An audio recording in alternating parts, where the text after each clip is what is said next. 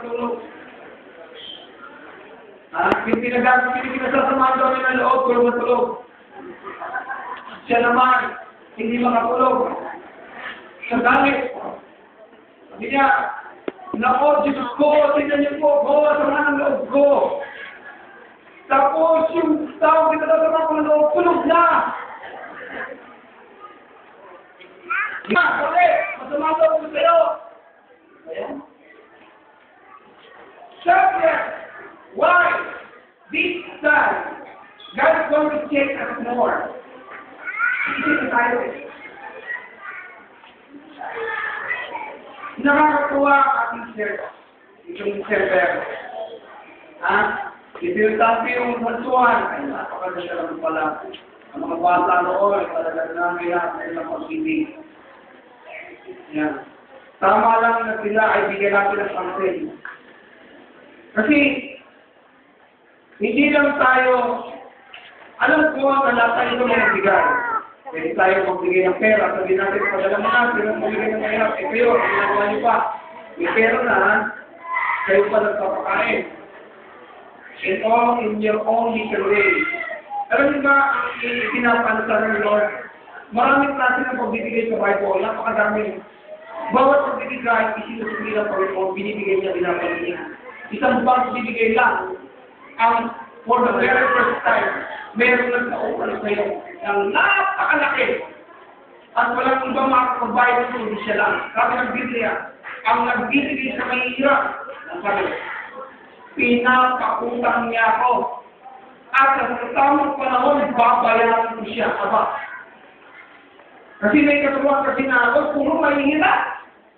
Ang ating isipan ay parang puro mahihirap na lang. Kaya naghihirap na namin.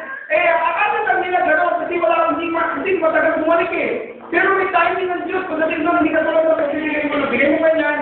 Pag bigay mo ganyan, binabay na agad. Kasi gano'n ang kanyang Diyos. Pero yung timing ng sasauli ng kanyang inutang sa'yo, mas grabe yun. I tell you, grabe yun. Kaya yung pinakain niyo yung mga tagaparke na ano doon, kahit nalilit lang ang naibigay nyo, tapos dinala sa Jollibee yung mga bata, mga tagasambay yung mga bata nyo. Ibang lugar na talagang hindi niya ito nakakapunta ng Jollibee. Inimagine mo yung tsura ng Jollibee. Ilang bata yun? 50. Pero isipin yung Jollibee buyer ba? Buti hindi pa sinuman ano. Isipin yung Jollibee buyer, sa tsura nila nung binagsaksyon, nasa Canada ako, imagine ako na may tatalunan ko, may makit pa sa lamesa, at sabi, naku, yun ang gusto ko, ganyan. Hindi pa yata ako dinalo dapat, Happy Meal, hindi kayo na kompak. Dapat hindi kayo hindi ko winsan. Sabi pa, wow! Dapat din sa sales naman, pinag-pinag niya, no? Alimigay din kayo. Ay, kayo ninyo. Pinakutan nyo ang Diyos ng araw niyo. Hindi yan yung klase ng pagbibigay na, takbo, binay! Hindi personal. Sinasabi ko sa inyo, iba kapag pinakutan mo ang Diyos. Marami tayong kasama ng mga mahihirap. Hindi pa ka makabili ng ataon ng mamatay. Binata pa ako noon. No? Ibinenta pa yung kanilang higaan. May nagbibenta pa kami ng higaan. Nara. 3,000. Hindi ko yata siguro ng 100,000. Nara. Maganda.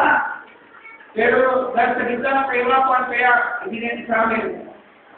Binili naman namin, pero isinakulitin namin. Alam niyo kung bakit? Naisip ko, higaan sa Nara. Sarap. Yun ang benta yung higaan. Di ba?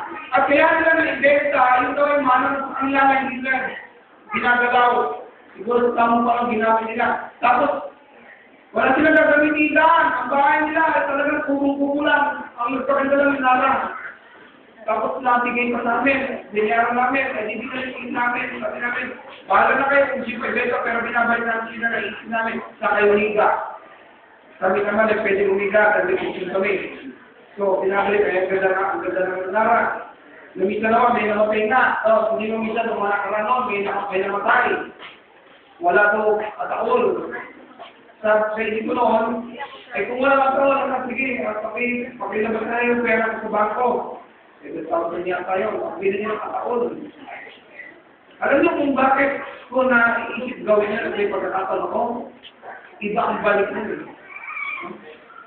Hindi ako naniniwala doon sa kasabihan na pagkata puro may hirap na lang ang tinutulong ko, kaya may hirap din ang hirap. Hindi ko yan. Ang iwaniwanag, sabi ng Bible, ang sino mang magbigay sa may hirap, ako ang pinakuutang.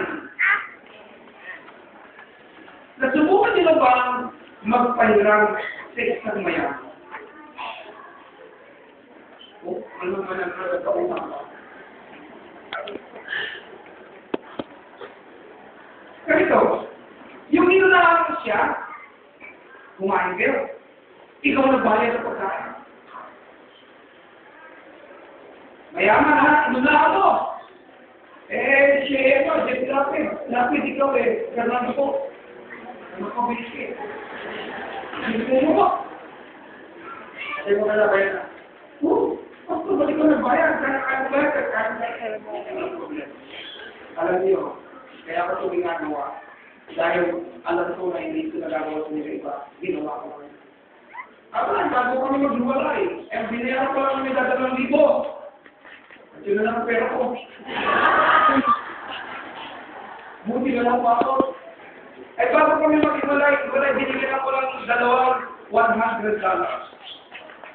Ayaw na pumayag. Eh, tao lang yun. Eh, paano kung Diyos?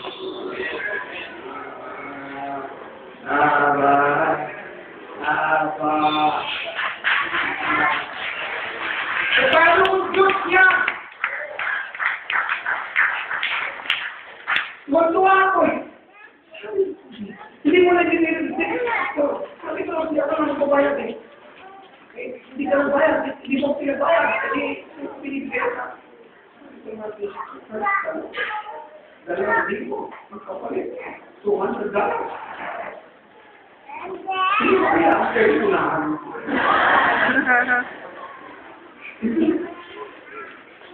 Yung pag may nagagawa, kinuwede sa amin yung brother, yes, kahapon. May isang Muslim na pinipit. Hindi ba? Aris. Sino ba nagkaroon yung Aris?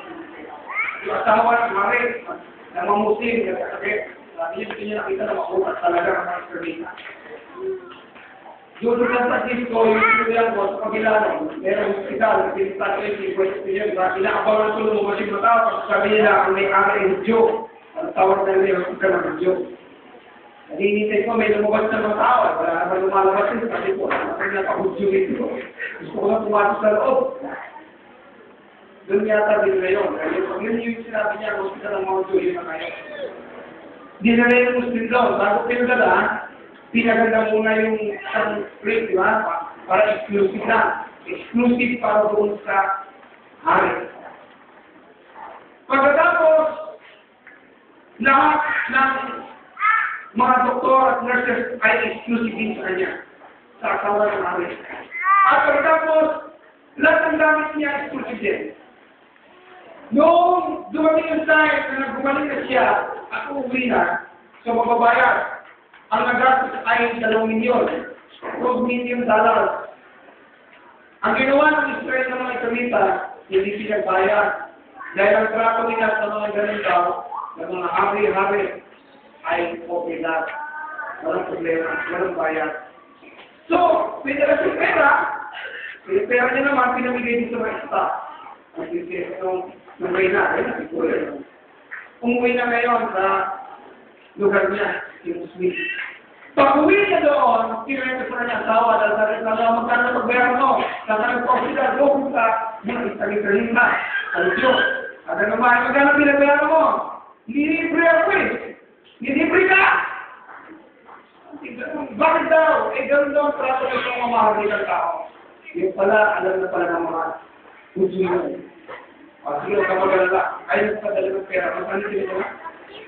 $20 million. Kaya sabi nung kaibigan ni Brother Jeff na Pilipino na nagbabago, kasi mausap talaga yung aking manager. May aking yung studio. Alam niya na hindi pa tayo yung hari na hindi magpapalik. Ha? Ay, di kumita pa sila.